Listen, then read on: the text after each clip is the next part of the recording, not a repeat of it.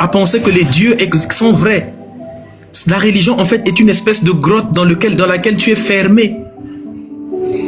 Où on t'a poussé à détester les gens. Et quand tu as grandi, l'esprit devient si libre.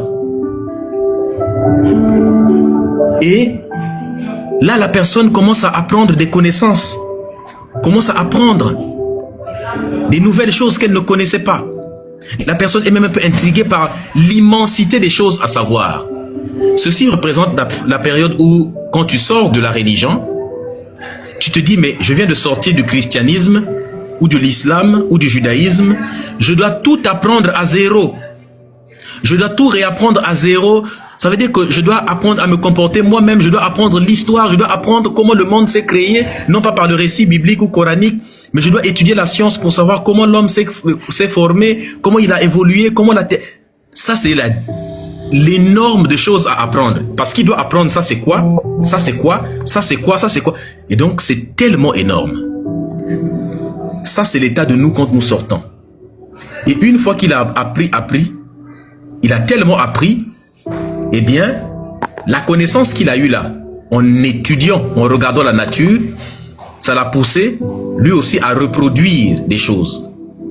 Ici, là, il a atteint un niveau maintenant qu'on appelle la connaissance, le savoir. Désormais, il peut lui aussi inventer des choses. Voici, il a créé même 2 pots. Le fait d'expérimenter, là, de sortir de l'aliénation, de la croyance, ça te permet d'accéder à la connaissance. Et accéder à la connaissance te permet d'être un créateur toi aussi. De fabriquer. Il a vu des choses, il a voulu reproduire. Ce soleil représente l'état d'élévation de connaissance. Ceci est une puissante allégorie pour expliquer aux gens que lorsque vous êtes croyant, en fait, vous êtes enfermés dans des espèces de grottes mentales, de grottes dans la tête. Tu es dans ta petite grotte chrétienne, tu es dans ta grotte musulmane, tu es dans la grotte judaïste, ainsi de suite. Tu es enfermé dedans. Et toute personne qui essaye de t'expliquer que tu es dans une grotte, tu ne peux pas savoir. En fait, nous, c'est comme... Et vous savez le pire dans tout? Voici la partie maintenant la plus triste de l'histoire. La partie la plus triste de l'histoire, c'est quoi? C'est que ce jeune-là, il va dire, écoutez, je vais repartir à l'intérieur, il faut absolument que je prévienne ceux qui sont ici, qu'en réalité le monde est si beau, il est si grand, il y a tellement à savoir. Lui, s'il est devenu kémite maintenant. Et le kémite plein d'amour va dire, je vais dire à ma famille.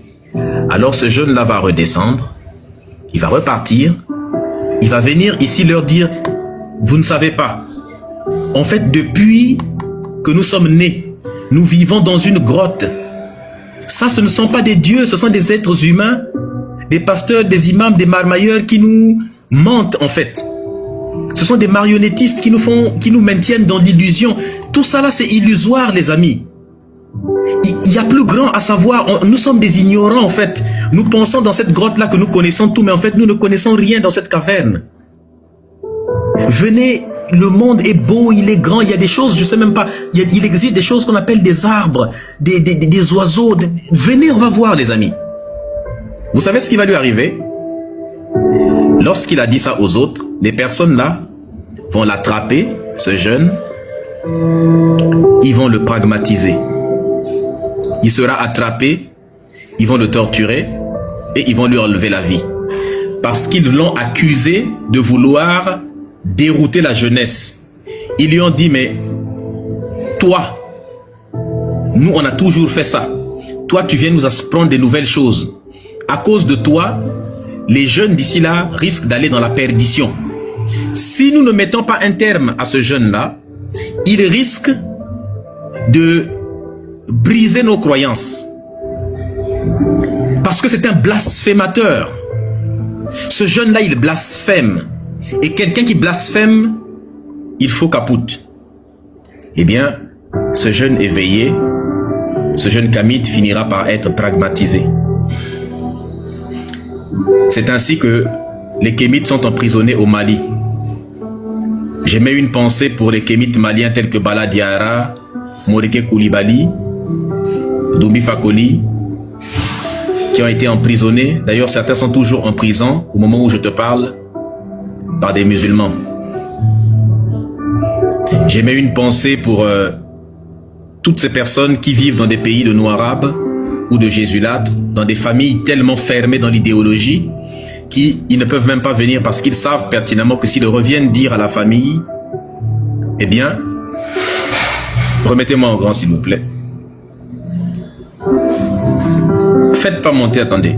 S'ils le disent à la famille, eh bien, ils vont se faire pragmatiser. C'est-à-dire qu'ils vont se faire sermonner, ils seront exclus de la famille. Malheureusement, c'est comme ça. Au meilleur des cas, ils vont te jeter. Ils vont te dire, pars et ne reviens plus jamais. Tu seras content parce que tu seras au moins dans la connaissance. Mais quelque part, tu auras toujours du mal parce que tu te dis, c'est quand même ma famille, ils sont restés. Je voudrais qu'ils sortent, qu'ils se réveillent. Eh bien, c'est ça l'islam. C'est ça le christianisme. C'est ça le judaïsme. Et la kémitude, c'est ça. Lorsque nous débattons avec des religieux, c'est comme expliquer ce qu'est un arbre à quelqu'un qui est ici, qui n'a jamais vu un arbre. Comment expliquer un oiseau à quelqu'un qui n'a jamais vu un oiseau? Comment expliquer le soleil? Comment expliquer les montagnes à quelqu'un qui n'en a jamais vu? Tu as atteint un niveau où tu es plus élevé. Eh bien, c'est comme ça. C'est la difficulté que j'ai à chaque fois lorsque je fais des débats. Je dois expliquer des choses tellement élevées, tellement difficiles, tellement complexes à expliquer, mais je dois réussir à trouver des mots simples. Je dois réussir à trouver les mots justes. Je dois réussir à trouver des formules pour expliquer à quelqu'un qui est totalement ignorant des choses qui sont très complexes, très compliquées, des choses qu'il ne connaît pas, qu'il n'a jamais vues. Je dois les décrire. Voici le résumé de la croyance. Voici pourquoi nous voulons vous sortir de la religion. Nous ne sommes pas des gens mauvais. Nous vous aimons profondément. Et c'est parce que nous vous aimons, vous, nos frères et nos sœurs chrétiens musulmans, que nous voulons vous sortir de cette aliénation. Nous voulons que vous puissiez voir. C'est l'amour que nous avons envers vous qui nous dit, je veux que tu puisses voir la nature, c'est tellement beau.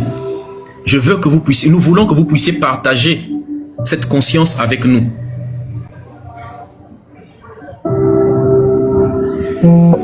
La chose qui m'anime, c'est ça. Je ne déteste aucun chrétien ni aucun musulman. Les gens qui vous disent que nous les détestons sont des personnes qui ne veulent pas que vous puissiez être éveillés. Voici la stricte réalité. La raison pour laquelle j'insiste souvent sur cette allégorie, c'est parce que c'est l'une des plus puissantes allégories pour expliquer. C'est l'un des moyens les plus puissants pour expliquer le phénomène de la croyance et les dangers de la croyance dans le cerveau.